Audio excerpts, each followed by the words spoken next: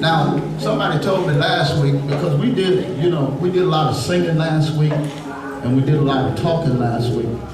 And somebody told me afterwards, said, folks thought you weren't going to preach, and so that's why they were quiet. I said, well, they quiet when I preach.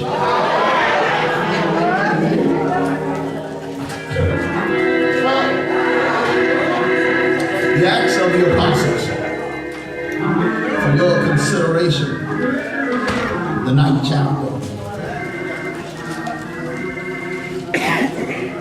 We would like for you to note the 10th through the 16th verses. Acts chapter 9, Acts chapter 9, Acts chapter 9, beginning at verse number 10 and concluding with verse 16. We'll all have to say amen. Let us read it together, shall we begin?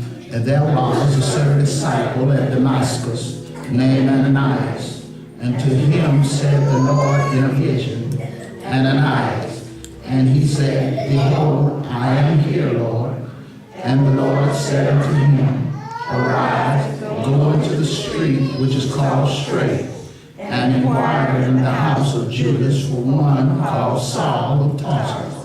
For behold, he prayed, and had seen in a vision a man named Ananias, coming in and putting his hand on him, that he might receive his sight. Then Ananias answered, Lord, I have heard by many of this man, how much evil he hath done to thy saints at Jerusalem. And here he hath authority from the chief priest to bind all that call upon thy name. But the Lord said unto him, Go thy way, for he is a chosen vessel unto me, to bear my name before the Gentiles and kings and the children of Israel. For I will show him how great things he must suffer for my name's sake. I want to talk to you about the story of Paul, part 3. Thank you. The story of Paul, part 3. Brothers and sisters, in part 1, we became acquainted with Saul, who was later called Paul. All right.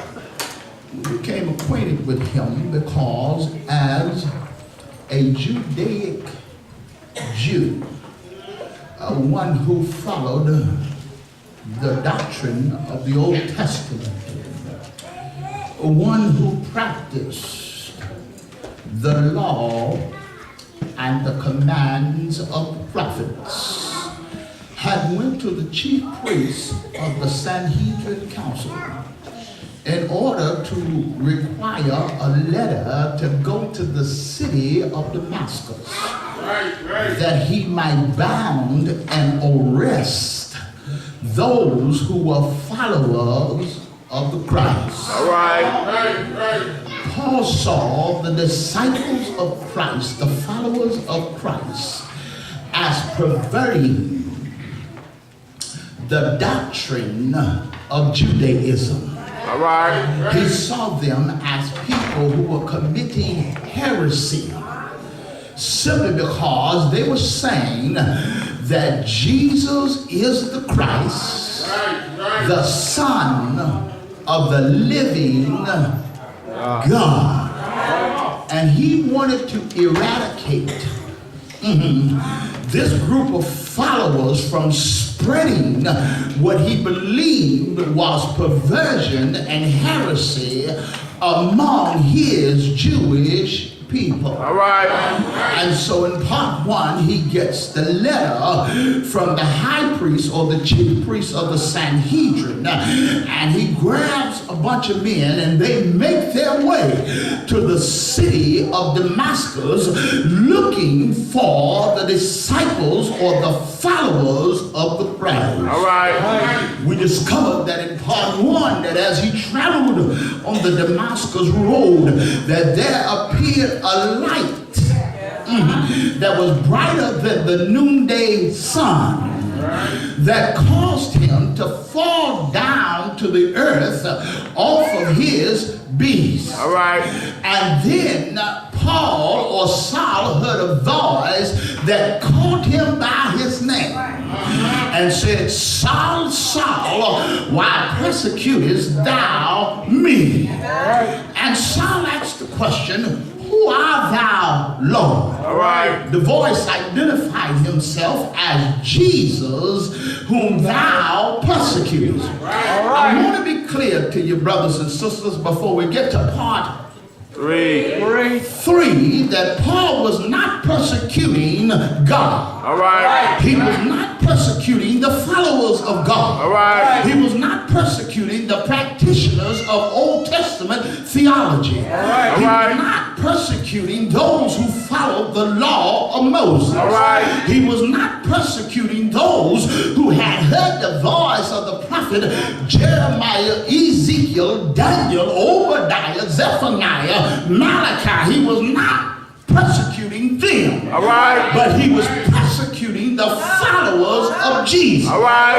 And Jesus had once said that he that doeth to the least of these, Yeah. do it also to me. I wish I had a witness. All right. I said, I wish I had a witness. Amen. Which means you cannot attack or persecute the followers of Jesus without attacking Jesus.